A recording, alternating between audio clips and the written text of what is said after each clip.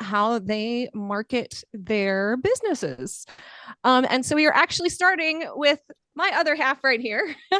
And he has run his own business for uh, 16-ish years. 16-ish years. It's not a side gig, it's how he makes his living. And so we're going to ask him, I'll ask him some questions about how he established his brand and how he markets his business. So you just said have you run your own business for 16 years? How'd you get started? Well, I got started the way many fine endeavors do. I got fired.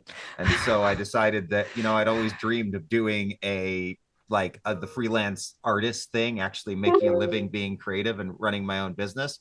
And so I figured, well, there's no time like the present. And I started teaching some drama classes and started producing the occasional piece of theater that we would, take out and perform places.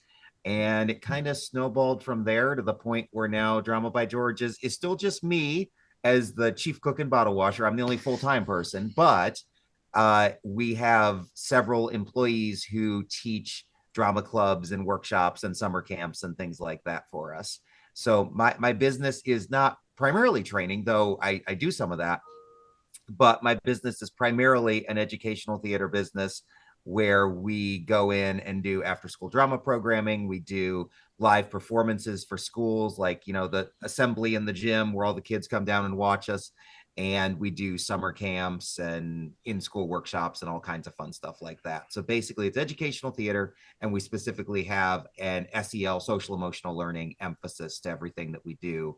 So we're not just talking about theater, we're also talking hopefully about things that will make you a better performer and maybe a better person too.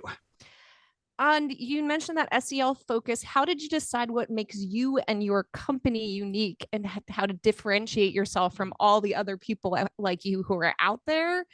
And then how did you come up with your brand name and your tagline that you use to market yourself? Part of the differentiator was passion. I am as a kid, I was bullied myself pretty mercilessly, especially in middle school. And so I wanted to be able to do something that would address issues like bullying prevention, conflict resolution, empathy, compassion, all those sorts of things that go along with an SEL focus. But also it was partly just as I got out there, I sort of started to follow this passion, but then also found that the marketplace responded to that particular passion because, sometimes you can do all you want on your passion, but if the marketplace doesn't respond to it, it's kind of hard to earn your living that way. But I found that this was something that scratched me where I itched, and it also scratched schools where they itched. And so it was a good combination. I actually came up with Drama by George partly as a play on words, the British colloquial expression, by George, I think he's got it. And then also, of course, being actually my name. So, Drama by George started when it was truly just Drama by George. It was just all me. And then I um, thought that, well, this is a way, because my last name is unspellable and unpronounceable. So I decided this was a way that people could actually find me in a Google search if I had a brand that wasn't just my last name. And I have thought several times over the years about changing it to something else, but I always come back to the fact that at this point, Drama by George is a well-known brand in the circles that I run in, in the Louisville and surrounding areas educational community. It's obviously not a household name, but it doesn't have to be. It's a known brand in the circles that I need it to be known in. And so I always come back to, well, why would I do all the work of changing that when if it ain't broke, don't fix it. Mm-hmm. Um, is it important to have a logo, consistent colors, and consistent fonts on your marketing pieces? Why or why not? I will say yes. And to answer the question of why, I will ask you to think about the times that you go into the start menu on your computer and you're looking for a particular application that you want to run. Maybe it's for me, say it's Quicken, because that's how I do our finances. I'm the accountant in the family. And ask yourself if there are times when you have accidentally clicked a different icon, which is the same color or a similar font, because you were looking for the color and the font. And in your haste, you just clicked the first thing that looked right. And then you were like, oh, crud, I just launched some completely different app instead. Um, so that's how much power that the logo and the colors and the look that you have for your business can have. It can make somebody recognize you when in a subconscious way, just like I do when I mean to launch Quicken and launch something else that looks kind of the same. So my point is not that, some brands look the same. Well, of course they do. There are only so many color variations in the world that our eyes are capable of perceiving, right? But my point is that when you when people recognize you, if they've seen your look before and then they see it again, maybe in a subconscious way, they're like, oh, yeah, I recognize that. And as you try to help people know, like, and trust your brand, and as you try to get more people to recognize you wherever you pop up, then you want to have that consistency, because then they will start to associate anything that they see from you with you, instead of having to do extra brain work with their conscious brain to figure out whether it's yours or not, or whether it's somebody else's. You want their subconscious brain, just like mine does with that Quicken logo, to already associate with what it is that they want to do. So when they schedule training and they see your logo and they know, like, and trust you, they're like, oh, hey, it's another thing from Tishana. It's another thing from Kim. It's another thing from Velvet. And they go, great, let's book her now. Mm-hmm.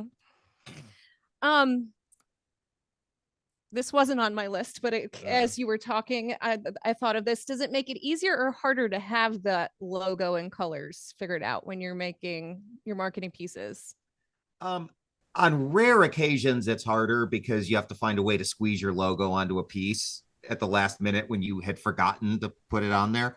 But most of the time, it makes it easier because there's this sort of misguided notion about creativity. Like if I'm designing a flyer or whatever, or making changes to my website or whatever, there's this misguided notion that creativity does best without any boundaries. We should just be able to create from scratch. But that's not true. Actually, creativity thrives when it has some kind of boundaries. For example, that's why people write poetry within a certain structure and within a certain rhyme scheme, because actually it empowers their creativity to create something maybe better than they would have if they hadn't had that structure to work with. So when you give yourself that structure, that logo, those colors, whatever, that whole brand look, you're actually making your life in the future easier, because you don't have to think, what goes well with sky blue? You already know, because you already have your color set picked out. Okay. Can you talk about the importance of building strong relationships with your customers? When you are a small business, relationships with your customers are your lifeblood. I mean, you can, for larger businesses, maybe you can afford to tick some people off. Maybe you can afford to not have a relationship per se with them. But when you're a small business, you need to know those people that you're working with, and you need to hopefully build that relationship so they come back to you again. I would say that it took me about 8 to 10 years of running Drama by George before I had enough relationships in the educational community where I finally looked around and I went, I haven't wondered how I'm going to pay my rent in a long time, because I'm actually pulling down a decent living now. But it took a long time to do that, because it takes a long time to build those relationships where you have enough people who know, like, and trust you, that they're going to book you on a consistent basis, that they're going to give you those opportunities that you need in order to earn your bread and butter. But you have to always be thinking relationally when you're dealing with customers. Now, that's not to say you're never going to tick anybody off and burn a bridge. Of course you are. I hate it every time it happens, and sometimes I become an emotional basket case when it happens, as Julie could tell you. However, the fact that most people don't end up hating my guts, that in fact they kind of like me after they have me in to do a program, that's a big deal. You have got to be building those relationships. And so you want to think relationally. After I do a significant program with somebody, I will always send at least an email, if not a handwritten thank you card, to say thank you for bringing me to your school. When I when I haven't heard from somebody in a while, I'll email them and say, hey, remember that show we did 2 years ago? I got a new one. You want to bring it to your school? When I deal with parents who enroll their kids in our drama clubs and drama camps, I'm consistently, when I answer emails, I try never to be the guy who's sending you one or two words back, even if it's a simple question, because again, I'm trying to build that relationship. And having a having somebody who comes across as a human being on the other end is a big deal, because in this day and age, everybody knows about the trained customer service people who are phoning it in and who are spitting back all the corporate crap that their boss told them to say when they're on a call. Okay. You don't want to be that person. You want to provide good service, but you want to do it with your personality and your human face behind it. And when you do that, you're building those relationships that are going to let your business thrive instead of potentially fall apart for years to come. Mm-hmm. What is the difference between B2B and B2C marketing, and what type of marketing do you do the most? So that's business to business or business to consumer marketing. And in our case, it's business, us, to school or CDC Which, marketing. let me interject, is what a lot of you as trainers do. You're doing business to business marketing to directors at centers. Generally speaking, B2B marketing is much easier than marketing directly to consumers because A, there are less people to target. B, people are more likely to talk to you because when you bother somebody on their home or personal you know set up, whether it's calling them or emailing them or whatever, they're like, ew, get away from me, you're selling me stuff. But for a lot of people on the job, well, for better or for worse, we know that we need to talk to salespeople because that's kind of part of our job. Is sometimes we need the stuff they're selling, right? So at least if you have something of a thin skin like me, you're going to benefit from being able to talk to people who are less likely to be rude to you. Um, but also on a much more tangible level, you're going to benefit from the fact that there are way less CDCs out there, if that's who you're marketing to, than there are individual teachers. And they are way easier and cheaper to reach because individual people try to hide their phone numbers and emails from you. CDCs want everybody to know their phone numbers and emails because that's how they get customers. Now, it's also how they're going to get a sales call from you, but life happens, right? All right. As a small business, what marketing methods have you found to be most effective? What methods have been least effective? And what methods have the best ROI, which means return on investment? So, probably the two most effective things that I do to market any program is A, getting a piece of paper or postcard in somebody's hand, and B, getting an email in their inbox. And you're going to reach different people at different times with those two methods, but they're both important. I know everything's electronic. I also know electronic is cheap or free, but sometimes, particularly people who are a little bit old school, like many of us in education are, you really got to get paper in their hands too. So the two most effective things that I do when I'm marketing to schools is I send out a postcard mailing, and I always hear back from people who saw the postcards. And then I at this point in time, now that I've been doing this for a while and I have a little bit of money to play with, I actually pay a mailing firm to do that. So I never even touch those postcards that go out. I send them in a list that I dumped out of my database, and they take those addresses, they print them on the postcards professionally, and then they mail them out for me. So I get that postcard in their hands, and then I'm also going to get an email in the inbox of the contacts that I have emails for. Um, the When I'm marketing to consumers, as in parents who are going to sign their kids up for programs, generally I'm marketing through the school in that case, which makes it a lot easier on my end, because like I'm going to send the school 500 copies of this drama club flyer, and the drama club is being held at your school, so you're going to pass them out for me. Um, In the case of centers, you might send something that maybe the director doesn't want the whole center to take, but that individual teachers could take. That's kind of the early childhood parallel. You could send Mm, it to the director to hand out to their staff. yeah. And so then I'm getting that paper in their hands. And then also to the parents who have done our programs before, and here's where those relationships come in, is I've captured their email addresses from the last time their kids signed up. And so they're going to get one or two emails, not a deluge of emails, but one or two emails that are going to say, hey, you can sign up your kid. Here's the link. Do it by this date. And then, oh, did you sign your kid up yet? If you haven't, you still can. And you get sign-in sheets with your participant's name on it. So you could build a list of people who've taken your trainings to let them know a new training is available that they could talk to their director about signing up for. Yeah.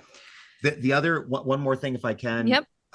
something not to neglect, which it took me a while to do because it looks expensive on paper. And I was like, I can't spend that kind of money, but it has a really high ROI, return on investment, if you find the right people. Okay. Is don't neglect the opportunity to go to events where you can set up a table, even if you have to pay for it. Because that's what stopped me from doing it for a while. I was like, they want $300 for me to set up a table at this event. That's highway robbery. Arrgh.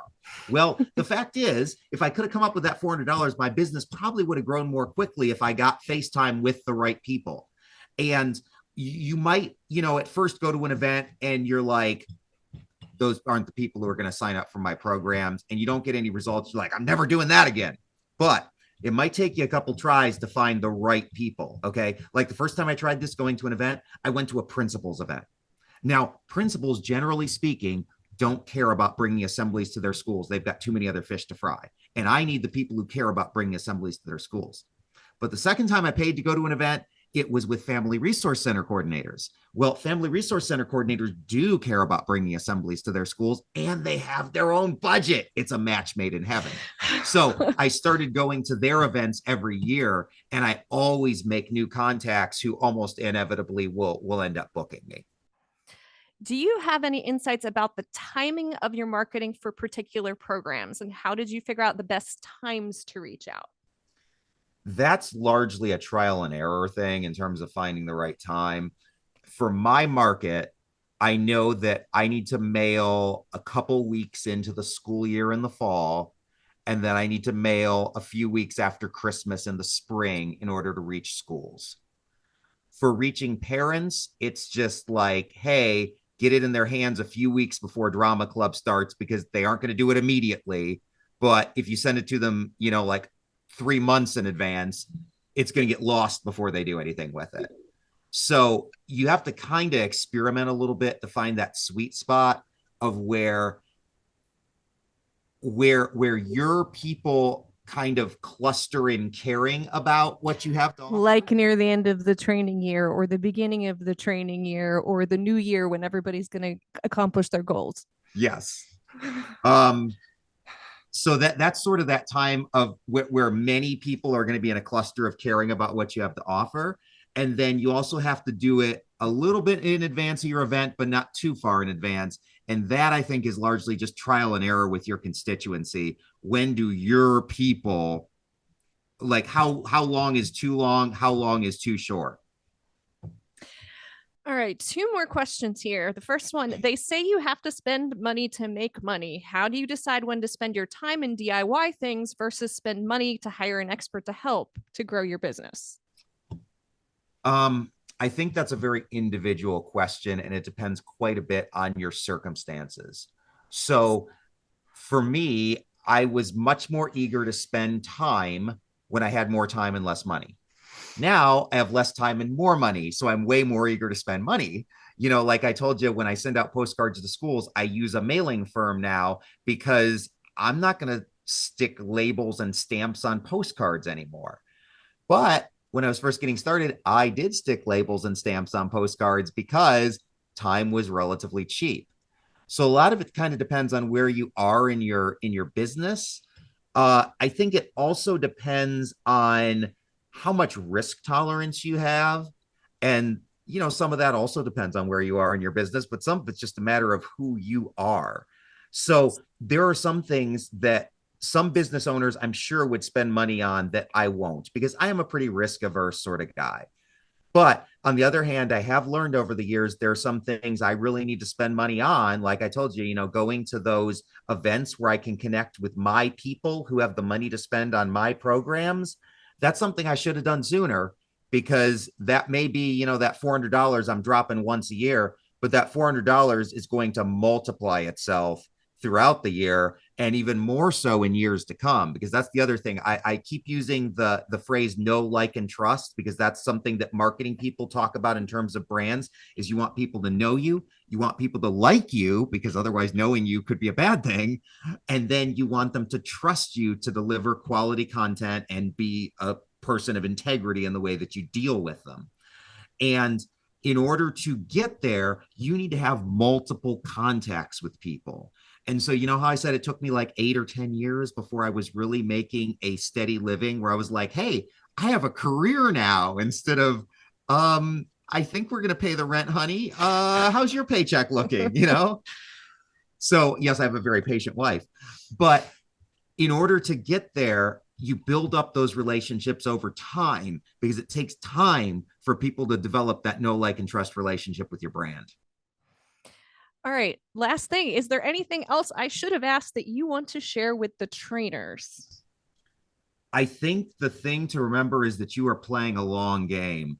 There is no such thing as a get rich quick scheme unless you're getting rich by conning other people into giving you their money. Okay. And I hear that's usually illegal. So you need to be prepared to hang in there. And you might not be ready to do this full time. And that is totally fine. That in fact, I worked part-time jobs for quite a while in different forms after I started Drama by George. But you need to be ready to hang in there and play the long game, because it is going to take you way more time than you want, and probably more time than you're even picturing, in order to get to the point where you have enough of those relationships with your customers in order to sustain your business over the long haul. So you have to be ready to play the long game, because there are a lot of people who will show up with one flyer in your inbox. Okay, this is especially prevalent in the theater community. I cannot tell you how many theater companies in Louisville have been little things that somebody started up and thought it sounded awesome, and then it comes and goes. I mean, since I started Drama by George, I'll bet Louisville has gained and lost, in the tens, probably in the mid to high double digits at least, of theater companies. Okay. Well, something, Drama by George has been here for 16 years. We haven't gone anywhere. And so, all those people who sent somebody one flyer and then went away, well, they didn't hang in there long enough to develop those know, like, and trust relationships. Drama by George has, and now we're reaping some of those dividends. Now, that doesn't mean I can sit back and rest on my laurels. I still have to do those postcard mailings. I still have to send those emails. I still have to deliver good service and an excellent product. But that is, I am at the point now where I can say, it is highly unlikely, unless COVID comes back, it is highly unlikely that I'm going to go out of business next month. It's highly unlikely I'm going to go out of business next year. It would take a massive disaster for that to happen, because I've got enough relationships. I've got enough people who know me and like what we do, that we're going to hang in there. But it took a long time to build that up.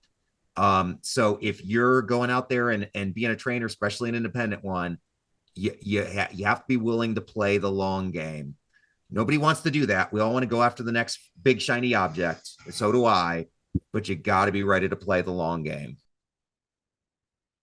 Does anybody have any questions for George? That was all that I had prepared to ask him. Feel free to unmute or type in chat. I think I do, Julie. George, if it's okay, if I can take up just a moment. Yeah. Hi, thanks for this podcast or video cast. I don't know what you call it. Thanks for this video. Anyways, it was really informative. And I apologize. I may have missed something. I had to step out the first like 10 minutes and just listen to you guys, because I'm homeschooling and kiddos had questions. So I was gonna think, so if I repeat a question, just let me know. But the two questions I have is one, Julie, I know you've given me a little bit of feedback on my current logo, that it's just a little busy and it's large. And I like the color structure, but my fear now is it is on everything that I've passed out in the past year. It is connected to every pamphlet, every flyer. How detrimental is it to change a logo when you are now finding that you're kind of becoming established? And how do you go about doing that so you don't lose that visual connection? Well, first of all, I'd say that there's no time like the present because it's never going to get easier. It's only going to get harder. Okay. And you can also, if you want, use both logos for a period of time. You've probably seen companies that merge, and for a period of time, they will use both of the company's identities until they just go to the one combined identity, and you can borrow the same trick on a smaller scale and just use both. Or if you are just modifying it, I think Pepsi just redid their logo slightly. Like the circle looks different and the shapes look different, but it's still the same colors and it's still the same brand name. So they've got still that sense of recognition, even though it's a little bit different. So maybe if you don't completely change it, but just refine what you have, you're not starting from scratch. Good point. Okay. That makes sense. Okay. So that's really great. It can become a little bit of guidance. Yeah. Because I've been nervous to kind of switch that over. And then if I can, the second question is when you're talking about the table events, I do attend those, but kind of dually. So part of what I do is private occupational therapy. And certainly some of my demographics are like the special needs fairs. So I attend the table events for two different purposes with one company, and everything right now is kind of put together as one marketing tool, I guess, like one pamphlet, and it does everything. How do you split based on the demographic you're trying to reach? Do you do two complete sets of marketing material, depending on if I'm reaching parents on therapeutic side or if I'm reaching teachers on CEU side? Yes, I would definitely do two sets of marketing materials for those two demographics. The way that I face that is when I go to an event where I'm going to have a table and I'm talking to educators from K to 12. Well, we have programs for kids in K to 12, but they're not all the same programs because what kindergartners like is not what seniors in high school like. Crazy, right? So I would suggest that, you do definitely have two different flyers for those two different audiences. And then, when people approach your table, you can say, hey, are you an educator? Are you a parent? And then, kind of where to steer them. But the kind of one of the rules of marketing is that whenever you mix more than one message together, you have, like exponentially smaller impact on both messages. So whenever you can, you want to focus that message on one thing, one audience, and just hammer that one message home. Because if you're really lucky, somebody will take action on that one message. If you try to have multiple messages, it doesn't matter how lucky you are. Nobody's going to take action on any of them. I found this out the hard way one year when I had developed a number of different programs that I wanted to market to schools. And I was like, I'm going to do a brochure this year and mail it to schools.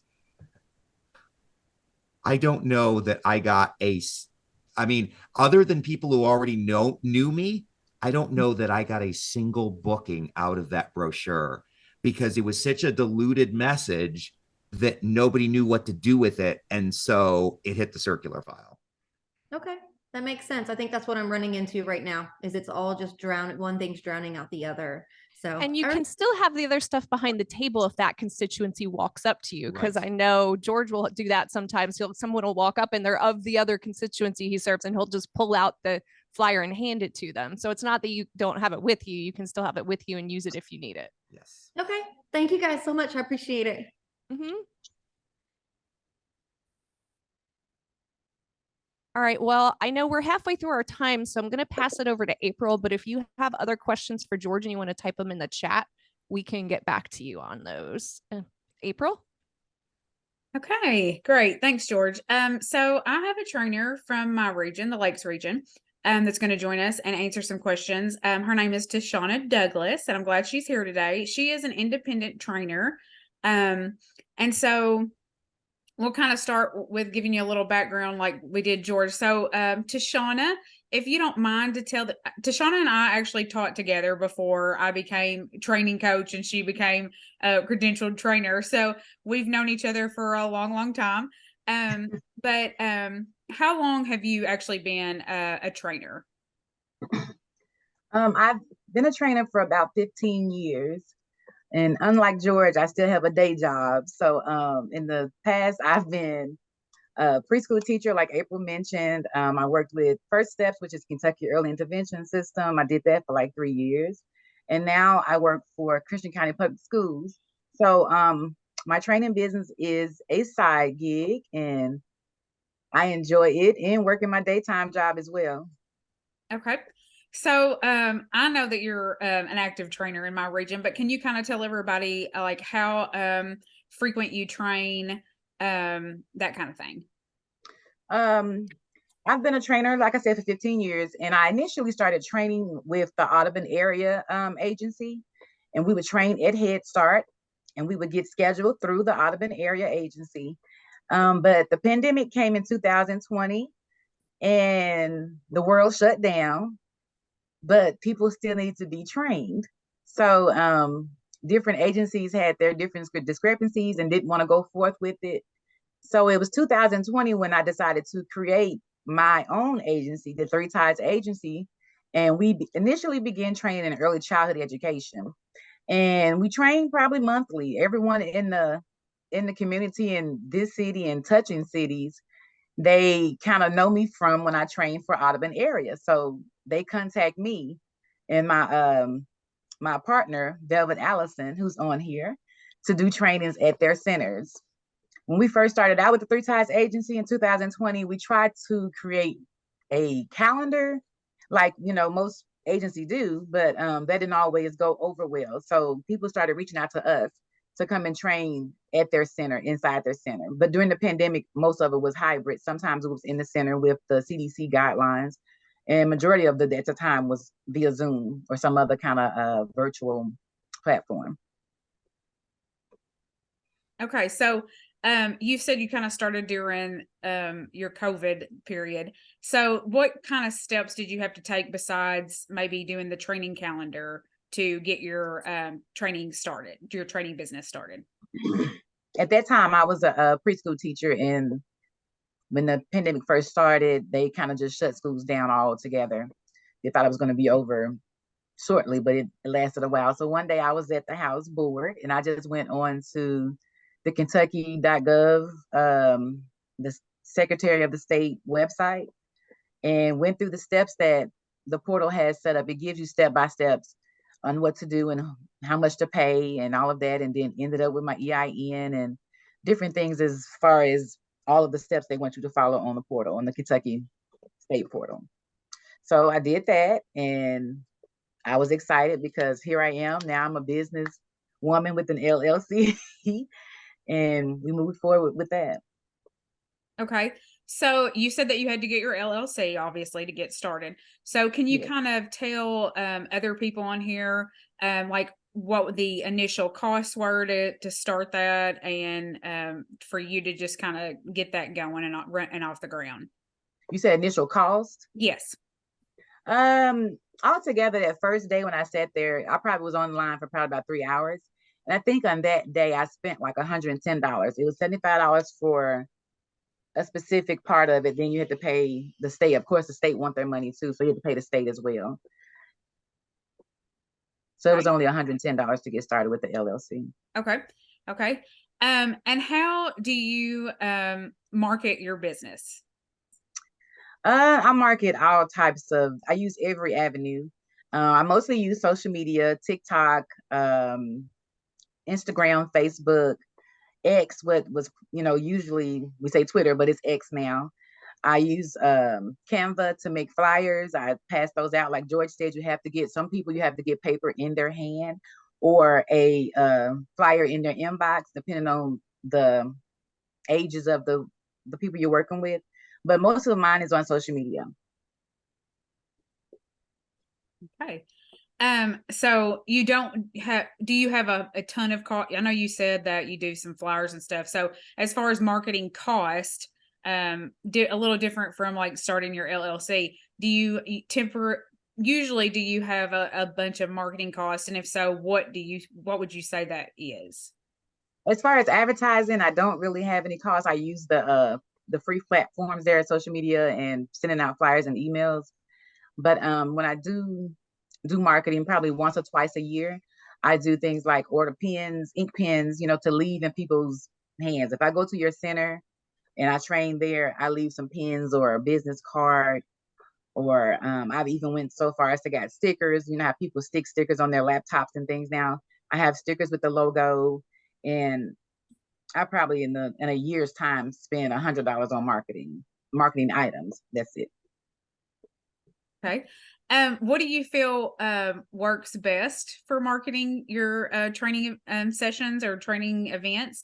And what do you feel like might not work too well for you as an independent trainer? As far as advertising the event that's getting ready to happen, for example, if it's going to be this Saturday, I've blasted all over social media, the stories, the profile pages, and I also take pictures when I'm at an event. If I'm at a training, I'm doing pictures and videos the whole time, and I curate a TikTok video. I know that sounds young. I'm not a young person, but that's something that people like to see. They love to see videos and music that's just playing, and they can't help but look at it when they're strolling social media because it pops on with the music and the videos and people moving and laughing and having a good time. So I use TikTok videos as mostly for to entertain the people, and then they be like, when your next training? And some people tell me I'm not doing a training unless you all are doing it, because they see all the fun that we have. I have been, and they are fun. So I will agree with that. Okay. So do you, for the most part, do you usually pre-schedule your training sessions, or do you have providers that usually just contact you and then set something up? Or is it like, I know you said that you started with a calendar and that was kind of a hit or miss kind of thing. Yeah. But for the most part, do you get contacted, or do you try to set some stuff up? When we first started, I was, like I said, I was creating a calendar, and I already had contacts as far as centers and directors and things like that, because they were already in my training. So I had their information and they knew me. And I thought that if I sent out my flyers and my calendar, sitting in the garage, licking stamps, putting them on, just going through the whole motions of sending it out to everybody, that I would get response, but that didn't work. So we stopped with the calendar, and now we just allow directors and centers to contact us. There's sometimes when employees of a center will call me and say, we need this. And I'll be like, well, have your director call the administrator, which is my mother, Velvet Allison. I have them call her and set up a date that the trainings can happen at their center. And most times now, when a director contacts, they're not just getting one training. They will try to get their whole 15 hours in a month. So they'll take, for example, December. And if they like Saturdays, they'll take every Saturday in December. They'll take every Tuesday in December and get all their trainings done. And what was the question? Well, you answered it. I was asking if you do pre-scheduling, or if you had them contact you. They contact us and we do pre-scheduling, but it's just for a specific center. They'll go ahead and do a training. And sometimes they will allow other centers to come in, like, for example, a center that may be small and may not have 4 or 5 participants, they'll join in with that center. Okay. I was going to say, I thought you did some, I didn't know if they were pre-scheduled, because I know that I follow you on a lot of your training agencies. So I see a lot of them, and some of them are like posted. So I thought maybe like smaller, like you said, some of the smaller centers, like kind of let other centers join in, and that way then you post it because you have it open a little bit more. Yeah. So when you do that kind of thing, Tashana, do you usually do like a needs assessment with directors? And if so, do you find that helpful for your planning? Yes. Needs assessments are done every time there's for example, if April Brown was the director and she called me this December, I do a needs assessment with her before it's ready to plan for January. She can call me again next December. I'm still going to do another needs assessment with her, because the the climate of the center may have changed, the employees may have changed. So you need to, give me your all in all needs. Sometimes the director will lay it right out there and be like, they're not listening. They don't communicate with the kids. They're not. And I'm like, okay, let's work on that. So we do needs assessments to know exactly what that center needs so that they can get the biggest benefit out of the training. Okay. And I know earlier you mentioned your mother, Velvet, and I know she's on here today too. But as far as she's the only other trainer that you like schedule training sessions with, right? Is that correct? Yes, correct. Velvet is the only other trainer that is a credentialed trainer and that gets scheduled for her specialty of training. She has a specialty, and then I have the ones I like to kick and do flips in and then yell and scream and But she's more she's more with the serious trainings, the ones that people have to have. The ones that go into orientation. I knew you did orientation. Yeah. Okay. So how does that work? Do you just like one of you schedules, or you just both reach out, and like, I know I've been to a training where y'all did co-training. So can you kind of tell people how that kind of works too? Sometimes people, if they see her at Walmart, they're telling her that they want training, and she'll take their information as far as if their numbers have changed or something. When we get back home, when I get off work, I usually go to her house and we'll sit and look in the calendar, both of our calendars, and find days that work and send that to that director and let her choose the dates that she would like to have training, or she or he would like to have training. We do co-train sometimes. Usually she lets me get up and yell and scream and jump with people, but we do co-train and we'll play off of each other in training. Sometimes I bring in educators that work in the system. Like we just got done doing a month with the aftercare programs for Christian County Public Schools. And some of those employees that work with the aftercare are also educators in the school system as well, who has just as much knowledge as, I think myself may have. And I'll let them get up and, give their input on what we're talking about. Okay, great. Do you, Tashana or even Velvet, do y'all have anything else that you would like to add about marketing your training business as an independent kind of trainers? I would like to say that the Three Ties Agency started out as an early childhood education training agency, and it has broadened into a training agency period. We work with families and students that are in high school as far as trying to make sure that when they get out of high school that they're set up. We do the Life After High School series and bring in community. Like the last one we had the U.S. Army come in, the president from the community college here, and just different people to come in and give them other options and try to make sure that they're doing the things that they should be doing according to which step they're in high school. Like the checkoff list for juniors, the checkoff list for seniors, to make sure they're actually doing it, to give them options. Velvet, you got something you want to say? Just foster families, we do that as well. They require trainings. Yes, we have trainings with foster care families. They are required to have training as well annually, and they will come in and we will sometimes we'll have what's just foster parents, and sometimes we'll mix them in with the other centers too, because for some reason they get together, they learn off each other, they bounce off each other and learn different things. Okay. And we're always in a training. Velvet and I are trainers, but we're always in trainings as well. Yes, you are. We always go to different institutes, cafes, Super Saturdays. We get in trainings ourselves, not just because we have to have them to renew our credential, but because we want to learn and want to stay abreast of the different things that are coming new, as far as the training world. Yes. And I will just say, George used the know, like, and trust logo, slogan, kind of whatever you want to call it, motto. So I was just going to say, I know you haven't like kind of told about how exposed you are in your community, but I know that you are. I see it a lot on other people, even other people's social media. So I will just say, as an independent trainer, Tashana and Velvet are very active in their community. That's how a lot of people in their area know them. Tashana is the chair of the Early Childhood Council in her county. She's super active in that as well. She goes to a lot of events. So people are out there, they see them, they're very likable. I will say that. Not even just, I mean, I worked with Tashana. I liked her as a coworker. I like her as a trainer. Like she said, she brings a lot of energy to her training. So it's hard not to like her. It's hard not to see them. They're out there. I know, like George was talking about setting up booths. Tashana sets up a lot of booths. I see her at a lot of events. So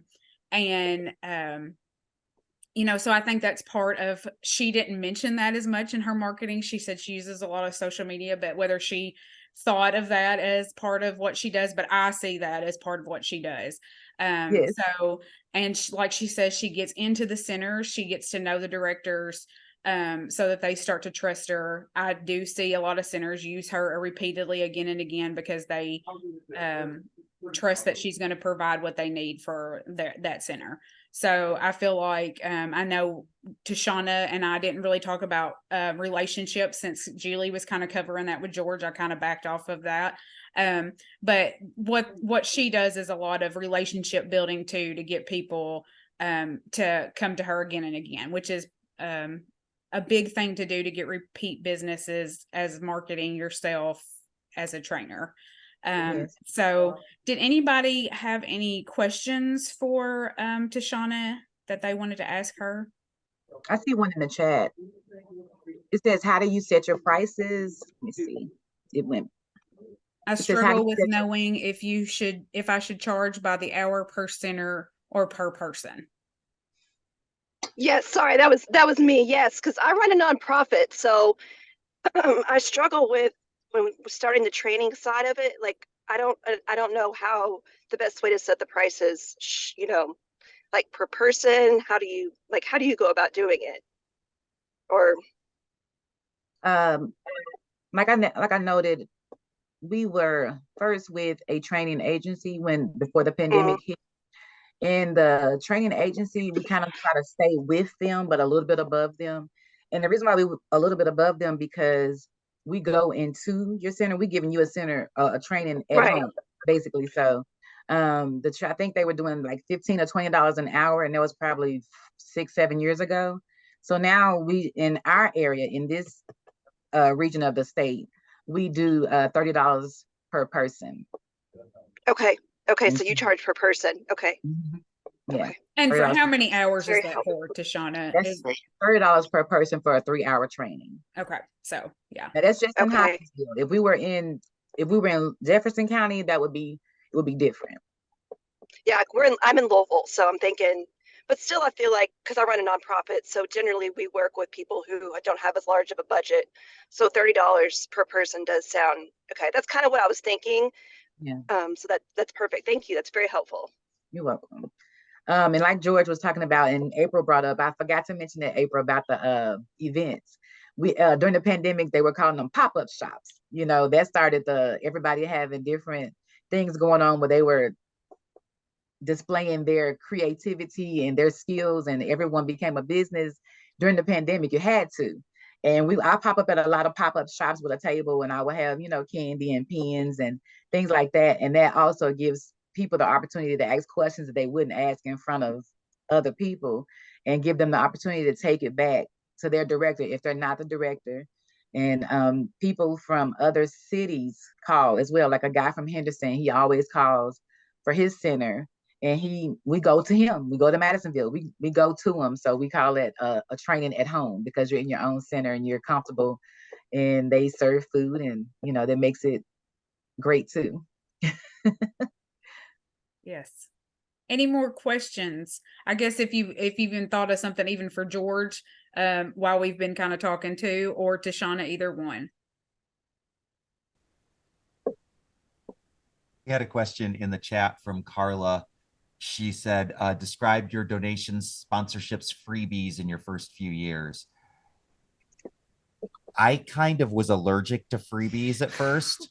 Now, that's not to say I did nothing. There were a few times where I would go out and do, say, a free workshop for somebody because I felt like it would legitimately help promote the business. but a lot of times, especially in the performing arts world, and this is probably less true in the training world. But in the performing arts world, there's a lot of, well, you should do this for free because you'll get exposure. You should do this for free because you're passionate about it. Well, no, I do this partly because I'm passionate about it, but also because I pay my rent this way, you know? So I feel like you need to be careful with freebies. Like if you're getting a legitimate benefit out of it, cool. But if you're doing it just because you're kind of on a vague guilt trip that you should give things away, no, no, I'm not that good of a person. Yeah, and I That, mean, I get that. Like even with the Kim, I think it was when she was asking about pricing and like she doesn't sometimes is unsure what to do. I think, of course, you know, like George says, like when these people are doing it as independent, like Tashana says, she works a full-time job and she does this on the side, you know, but George does this basically as his full-time job. So, free can't always be, you know, the thing. And you don't want to price yourself too cheap either so that you can't pay. But that goes with saying you don't want to price yourself too high. Like what Tashana says, it's kind of like where your region is when she was talking about she's probably not going to charge down here what they're going to charge in Julie's region in Jefferson County. It's just kind of you're gonna have to depend where you are, but you don't want to price yourself too high where people are like, I can't afford to go to her. But you don't want to price yourself where you're not really valuing how much, because like Tashana said, they attend trainings, they have to attend trainings too as a credentialed trainer. You know, you all know that y'all have to get your training hours in as well. And also the above and beyond, like some of the trainers do, just to get the information so they're better at what they're doing. So that's a cost as well. So Kim, kind of when you factor that in your cost, you don't want to overprice yourself, but you don't want to price yourself too low where you're not getting your money back out of the time and the money that you put into it as well. Right. And I struggled. I was gonna say I struggled too because a lot of the larger organizations here charge like $10 a person for like a 2 or 3 hour training, and that's hard to compete with. When I first started, and those are around here too, Kim. When I first started training as the Three Ties agency, I did free trainings on Zoom. And that was because everyone was learning Zoom. Everyone was learning virtual. And like probably 45 minutes of the 3 hour training, we were trying to make sure everybody was there. They could hear, is this thing on? Can y'all hear me? You know, that's how it was during the pandemic. So during the pandemic, I did a lot of virtual trainings for free, just to get people, you know, used to this. A Three Ties agency. This is new. This is not. Don't call Head Start. Don't call Audubon because that's not how you're going to get me. You know, just trying to make sure that everyone knew. And when I do trainings in person, as mentioned, I do a lot of other things too, but all of the things align. So sometimes I have, for example, books left over from an event I did or something like that. And I'll, depending on the name of the training, if the book coincides with the name of the training, I'll give out those books to the people who attended the training so they can take it back to their classrooms, or I'll give out paint, you know, so they can take it back to their classroom and do the activity we do in the class. But that's about as far as it go as the freebies, George. And then, you know, as far as in the community, as far as donating, I like to give to different organizations for like the food pantry. They may give out toiletries. You know, I don't have any food to give because it's hard to get food at my house myself. But but you know, when toiletries, as far as buying a lot of things at the Dollar Tree, and they giving out pH, they call them pH bags also with the food pantry. I'll donate pH items to give to the people who come and get food pantry as well, as far as the Three Ties agency, because I like to give back, and you know, yeah. I think Tishana makes a good point that there's a difference between what I do as a human being and what I do as a business owner. You know, not that I hope I'm not acting hypocritically, but you know, sometimes I am more reluctant to give out a freebie through my business because this is how I earn my living. But that's not to say that I don't donate to my church and to World Vision and to, a college professor who works in Nigeria, who Julie and I know from way back. And, so I think sometimes you give on a personal level more readily than you give from your business. At least I found that to be true, because once you give away from the business, then does everybody expect things for free? Mhm. Mhm. You had one more question from Carla that was in the chat. I think you used the phrase of risk tolerance. What did that look like for you in the beginning years? Definitely, I was more risk averse then than I am now, for better or for worse. But I think it on the one hand, sometimes when you are when you're making choices, the good side of being a little bit risk averse is it forces you to start small. I didn't go out and try big risks. I think the first time I did a mailing, it was to like 50 or 100 people at different schools. Well, that was a risk, but it was a pretty small risk. It was not, like the 2,000 person mailings that I do now. But I think it means, if I were to lose all of this time and or money that I'm sinking into this, am I okay with that in terms of my own mental health, peace of mind, and in terms of what would happen to the prospects of me and my business financially? And if the answer to both of those questions is, yeah, I'm okay with that, then it's a very acceptable risk. If the answer is, I'm kind of okay with that, it's at least worth giving serious consideration. If the answer is, this would bankrupt me and I would hate myself, then that's not an acceptable risk.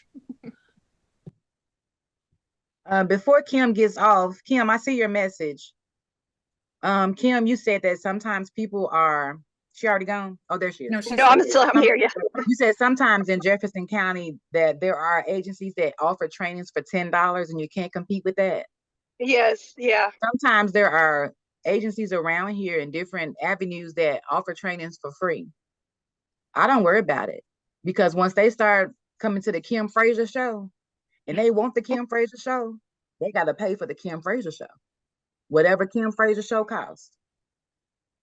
God, thank you. Mm-hmm.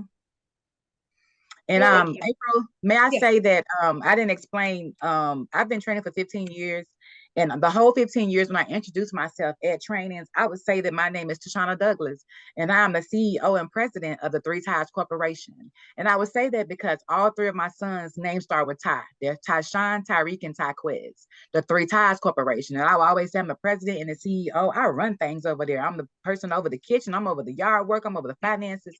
I would always say that. And it was funny. We would laugh and everything. And then during 2020, when the pandemic shut the world down, I had to create the Three Ties Agency. So people always say, girl, you spoke that thing into existence. So I spoke that into existence. And now there's a Three Ties Agency where we train, and I'm the president, the CEO, the owner, whatever you want to call me. I'm the owner now. So That's I right. forgot to mention that. Yeah. That's right. Well, I want to say, I know we're running out of time, and I don't want to like keep anybody past. I know everybody's time's important. So I want to say especially a big thank you to Shauna and George for joining us today. I thank you for your willingness, because I know as soon as I asked, the answer was yes, and I appreciate that. I want to thank everybody for being here today. Just a quick we don't have a slide for the next Trainer Connection. We will not have one in December, but we will have one in January. You will receive that information in your email, as well as the January edition of Trainer Talk. So be looking for that if you're interested. Thank you all. And if we don't see you again or talk to you again, I hope everybody has a very Merry Christmas and a blessed New Year. And thank you all for joining us today. We really appreciate it.